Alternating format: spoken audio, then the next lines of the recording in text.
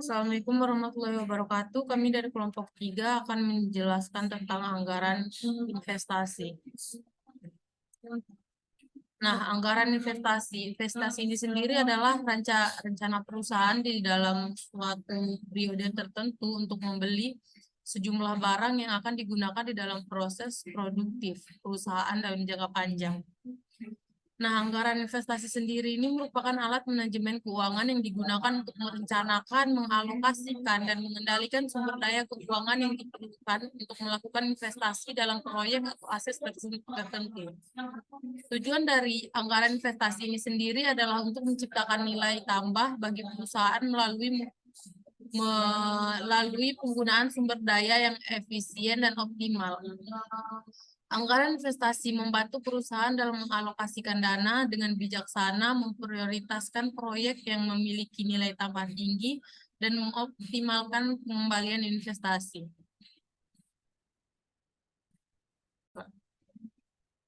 Ciri-ciri anggaran investasi. Yang pertama, dana yang dikeluarkan akan terikat untuk jangka panjang. Kedua, investasi memerlukan dana yang cukup besar. Ketiga, investasi yang dilakukan menyangkut harapan terhadap hasil penjualan. Keempat, kesalahan dan pengambilan keputusan investasi akan mengakibatkan jangka panjang. Adapun jenis-jenis investasi, yang pertama anggaran modal. Anggaran modal itu biasanya digunakan untuk mengalokasikan sumber daya keuangan untuk berinvestasi dalam aset tetap seperti bangunan, mesin, peralatan, atau teknologi baru. Kedua, anggaran penggantian digunakan untuk mengalokasikan sumber daya keuangan untuk mengganti atau memperbarui aset tetap yang sudah ada. Ketiga, anggaran resiko biasanya digunakan untuk mengalokasikan sumber daya keuangan untuk mengakhiri resiko yang mungkin timbul dalam proyek investasi. Keempat, anggaran inovasi digunakan untuk mengalokasikan sumber daya keuangan untuk penelitian atau pembangunan serta pengenaan produk atau layanan baru. Yang terakhir, kelima, anggaran ekspansi digunakan untuk mengalokasikan sumber daya keuangan untuk keperluan operasional perusahaan seperti pembukaan cabang baru, meningkatkan kapasitas produk, atau menetralisir pasar baru. Selanjutnya ada proses penyusunan anggaran investasi. Langkah-langkah menyusun anggaran investasi itu ada 7. Yang pertama, identifikasi proyek investasi. Yang kedua, penilaian pendahuluan. Ketiga, analisis mendalam. Keempat, penilaian risiko. Kelima, pengambilan keputusan. Keenam, penyusunan anggaran. Dan ketujuh, pemantauan dan evaluasi. Selanjutnya metode penilaian investasi. Yang pertama, metode pengambilan investasi return of investment. Metode ROI digunakan untuk mengukur tingkat pengembalian relatif dari suatu investasi dengan membandingkan keuntungan bersih yang dihasilkan dengan jumlah modal yang diinvestasikan. Yang kedua, nilai waktu uang atau time value of money. Nilai waktu uang adalah konsep bahwa uang yang diterima atau dibiarkan di masa depan memiliki nilai yang lebih rendah dibandingkan jumlah yang sama saat ini karena adanya faktor dan tingkatan pengembalian yang diharapkan. Yang ketiga, analisis net present value atau NPV. NPV adalah metode yang menghitung selisih antara nilai sekarang dari arus kas masuk dengan nilai sekarang dari kas keluar yang terkait dengan proyek investasi. Yang keempat, internal rate of return IRR. IRR adalah tingkat diskonto yang menghasilkan NPV sebesar 0 dalam analisis investasi. IRR mencerminkan tingkat pengembalian yang diharapkan dari proyek investasi. Yang kelima, analisis sensitivitas. Analisis sensitivitas digunakan untuk menguji kepekaan proyek investasi terhadap perubahan variabel kunci seperti perubahan harga, biaya, tingkat bunga, atau permintaan pasar. Selanjutnya, studi kasus akan dibacakan oleh Nur Ahmad. Studi kasus dalam melakukan analisa finansial untuk proyeksi investasi infrastruktur teknologi.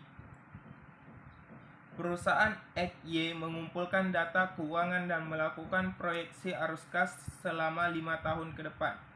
Berikut adalah contoh analisa finansial yang melibatkan perhitungan nilai sekarang, persen value, dan tingkat diskonto sebesar 10%.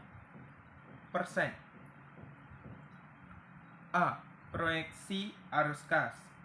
Tahun pertama, arus kas masuk sebesar 7 miliar 500 juta rupiah dan arus kas keluar sebesar 3 miliar rupiah. Tahun kedua, arus kas masuk sebesar 9 miliar rupiah dan arus kas keluar sebesar 3 miliar 750 juta rupiah. Tahun kedua, arus kas masuk sebesar 10 miliar 500 juta rupiah dan arus kas keluar sebesar 4 miliar 500 juta rupiah. Tahun keempat, arus kas masuk sebesar 12 miliar rupiah dan arus kas keluar sebesar 5 miliar 250 juta rupiah. Tahun kelima, arus kas masuk sebesar 13 miliar 500 juta rupiah dan arus kas keluar sebesar 6 miliar rupiah. B. Perhitungan nilai sekarang dalam kurung persen value. Tahun pertama, persen value arus kas masuk sebesar 7 miliar 500 juta rupiah. Karena di sini kita menggunakan diskonto sebesar 10%, maka akan dibagi di dalam kurung 1 ditambah dengan 0,10 tutup kurung tahun berjalan. Hasilnya adalah 6 miliar 818 juta 175 ribu rupiah. Persen value arus kas keluar sama dengan 3 miliar rupiah. Sama rumusnya, dibagi dengan dalam kurung 1 tambah 0,10 tutup kurung 1 karena tahun ke-1 sama dengan 2 miliar 727 juta 270 ribu rupiah.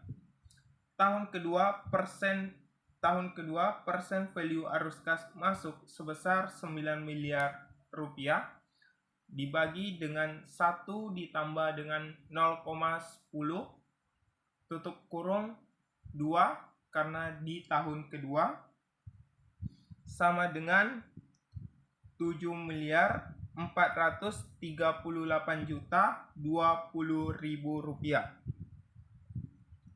Persen value arus kas keluar sama dengan 3 miliar 750 juta dibagi dengan 1 ditambah dengan 0,10 tutup kurung 2 sama dengan 3 miliar 165 ribu rupiah.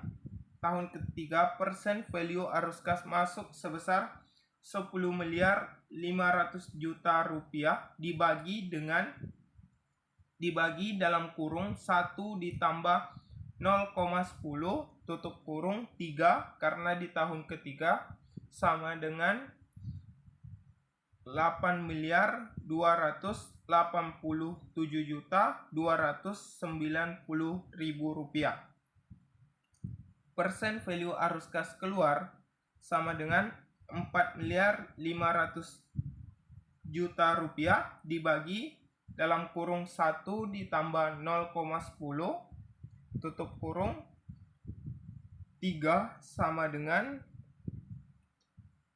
3 miliar 527 juta 745 ribu rupiah.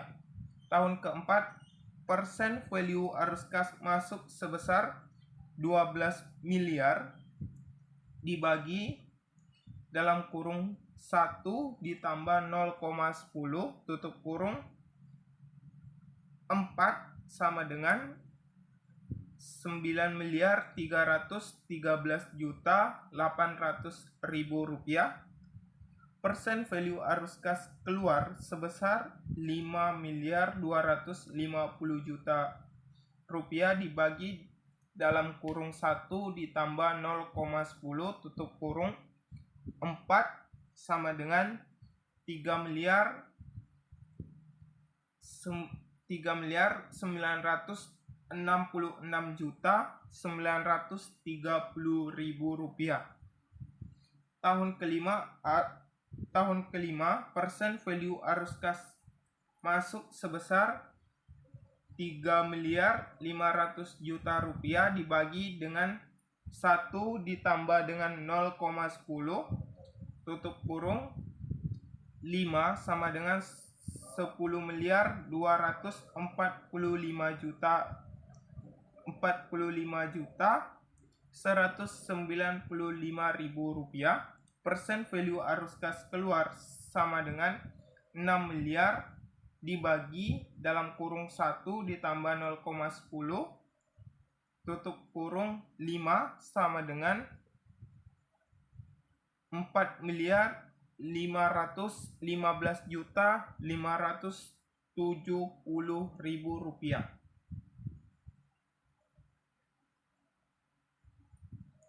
C. Total nilai sekarang persen value.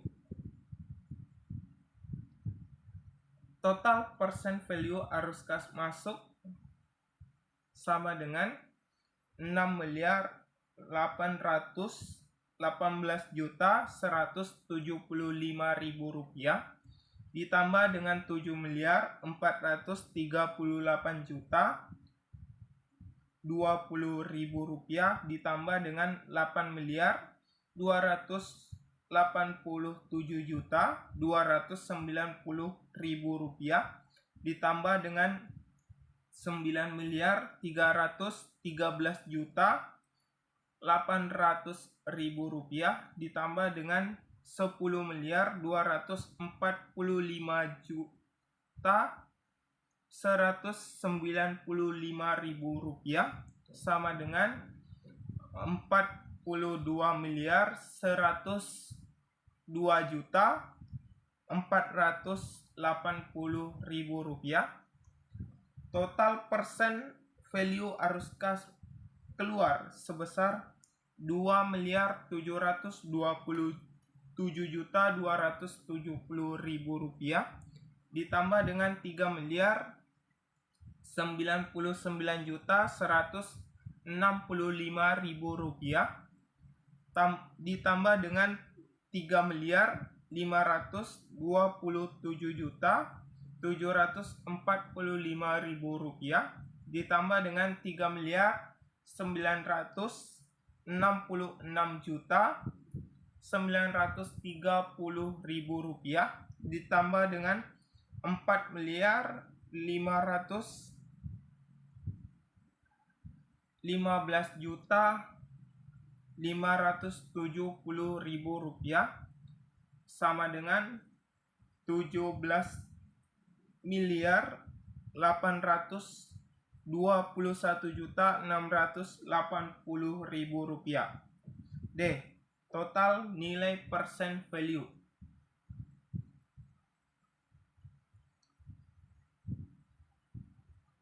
NPF sama dengan total persen value arus kas masuk dikurang dengan arus kas keluar. NPF sama dengan 42.102.480.000 dikurang 17.821.680.000 sama dengan 24.280.800.000 rupiah. Hasil analisa finansial menunjukkan bahwa proyeksi investasi infrastruktur teknologi memiliki net profit value sebesar 24.280.800.000 rupiah. Nilai ini menunjukkan bahwa proyek ini menghasilkan nilai tambah sebesar 24.280.800.000 rupiah setelah mempertimbangkan nilai waktu dan biaya investasi awal. Dengan NPF yang positif, perusahaan XY dapat mempertimbangkan untuk melanjutkan proyeksi investasi ini karena dianggap layak dari proyeksi keuangan. Selanjutnya, kesimpulan yang akan dibacakan oleh Kakak Tari Anggraini. Berikut kesimpulannya adalah berdasarkan analisis dan pembahasan dalam makalah ini. Berikut adalah kesimpulan yang dapat diambil terkait dengan anggaran investasi. Yang pertama yaitu anggaran investasi adalah proses yang penting dalam mengambil keputusan investasi perusahaan. Hal ini melibatkan identifikasi, evaluasi, dan alokasi sumber daya keuangan untuk proyek investasi yang dianggap menguntungkan dan sesuai dengan tujuan perusahaan. Yang kedua, dalam menyusun anggaran investasi, perlu mempertimbangkan faktor-faktor seperti tingkat pengembalian yang diharapkan, tingkat risiko, dan waktu pengembalian modal, serta faktor-faktor ini yang akan membantu dalam mengevaluasi kelayakan investasi dan mengidentifikasi proyek yang memberikan nilai tambahan terbesar bagi perusahaan. Metode penilaian investasi seperti net present following NPF, internal rate of return, IRR, dan analisis sensitivitas yang digunakan untuk memperoleh pemahaman yang lebih baik tentang proyek investasi. Metode ini membantu dalam menghitung nilai sekarang, tingkat pengembalian, dan menganalisis resiko yang terkait dengan proyek investasi. Yang keempat, pengendalian anggaran investasi merupakan langkah penting untuk memastikan bahwa proyek investasi berjalan sesuai rencana dan anggaran yang telah ditetapkan. Pemantauan analisis varians, pengembalian tindakan korektif, dan revisi anggaran merupakan bagian penting dari pengendalian anggaran investasi. Yang kelima, dalam memutuskan kelanjutan proyek investasi, perlu dilakukan evaluasi menyeluruh terhadap hasil investasi dan kinerja proyek. Evaluasi ini membantu dalam mengevaluasi keberhasilan proyek, mempelajari pelajaran berharga, dan memberikan rekomendasi perbaikan untuk mengembalikan keputusan investasi di masa depan. Dan yang keenam, dalam rangka menyusun anggaran investasi yang efektif, perusahaan perlu melakukan analisis yang cermat, mengikuti metode penilaian yang tepat, mengendalikan anggaran dengan hati-hati, dan terus memantau mengevaluasi kinerja proyek investasi dengan mendekatkan yang komprehensif dan perhatian terhadap faktor-faktor kunci. Perusahaan dapat membuat keputusan investasi yang cerdas dan mendapatkan keuntungan maksimal dari proyek investasi yang dilakukan. Demikianlah yang dapat kami sampaikan, kurang lebihnya kami ucapkan wallahu muwaffiq ila aqwanit thoriq. Wassalamualaikum warahmatullahi wabarakatuh. Terima kasih.